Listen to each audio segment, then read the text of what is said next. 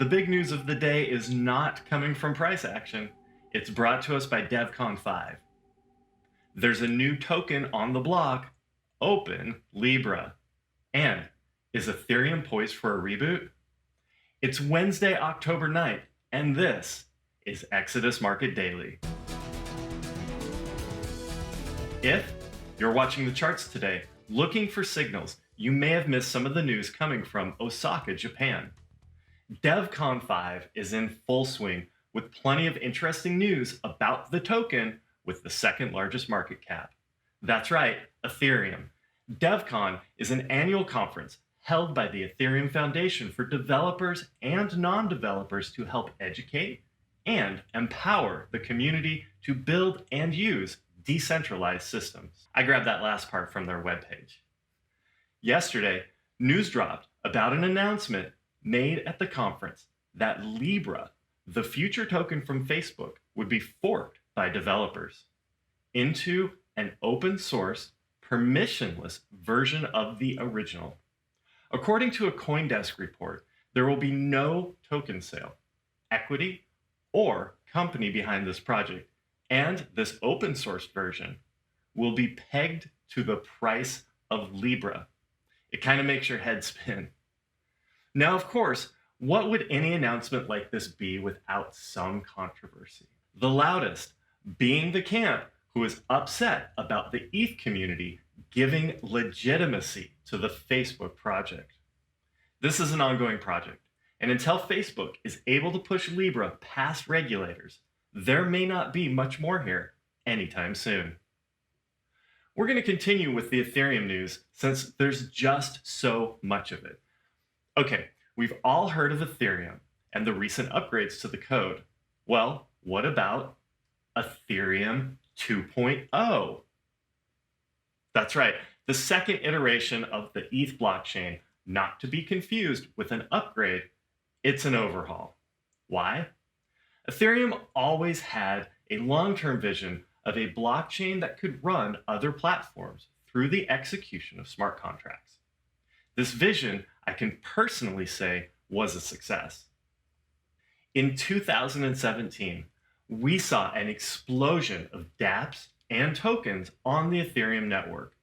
And we also saw the network grind to a halt because of it. Because of this, we've seen other networks developed whose mission is to solve the scaling problem in their own way and have broken off into their own mainnets. The top two that come to mind are Tron and EOS. Some ETH critics were correct about the ability to scale. And by putting ETH 2.0 on the roadmap, it's the developers conceding this fact. Leading ETH community members do not have many more details about how the reboot will take place, and it's a minimum of 2 years in the future. As we all know, a crypto week can feel like a year, so don't hold your breath. There's still plenty of runway for development changes and time for the advocates and critics to work out their differences. In the meantime, let's do the numbers.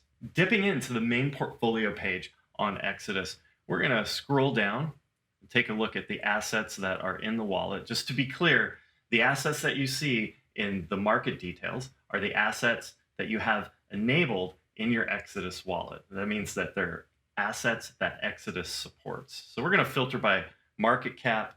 Bitcoin's at the top, $147 billion market cap. It's holding steady, chopping around 1 billion here, 1 billion there.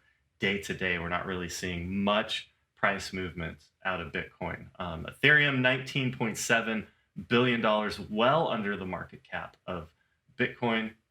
Ethereum had a 1% gain over the last 24 hours. XRP, number 3 with $12 billion, followed by Bitcoin Cash at 4.18, Tether at 4.12, Litecoin at 3.66, EOS 2.96, Binance, Bitcoin SV, Stellar, Tron down past the top 10. All your usual suspects in the total market cap. Filtering by 24-hour volume, Tether USD on top with a $17.4 billion volume in the last 24 hours, followed by Bitcoin at $14.4 billion.